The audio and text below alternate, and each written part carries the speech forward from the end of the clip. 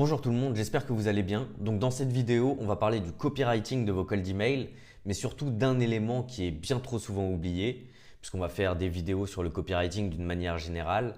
Mais dans cette vidéo, je voulais vous parler spécifiquement de ce qu'on appelle le risk minimizer. C'est comme ça qu'on l'appelle en anglais. Mais l'idée, c'est quoi? C'est de contrer l'objection que votre prospect il peut avoir sur votre produit ou votre service. C'est-à-dire que quand vous faites de la prospection téléphonique, vous appelez, vous présentez votre produit, le client il a une objection, vous y répondez. Sauf que quand vous envoyez des emails, si le client il a la moindre objection dans sa tête, juste il ne va pas répondre à l'email. Donc il y a plusieurs types de risk minimizer. Si votre produit par exemple c'est un CRM, ok, il est peut-être moins cher que Pipedrive, enfin moins cher que HubSpot, plus avancé que Pipedrive.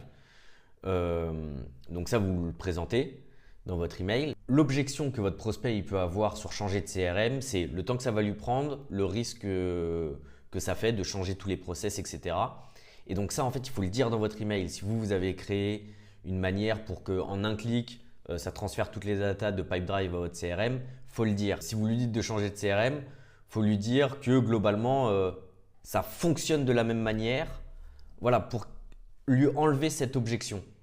Où il y a d'autres types d'objections que vos prospects peuvent avoir. Ça dépend de votre produit et votre service, comme je vous l'ai dit. Mais par exemple, si vous vendez quelque chose qui a l'air cher, du coup, le prospect il reçoit, il se dit « ouais, mais ça a l'air cher, bon, je réponds pas ».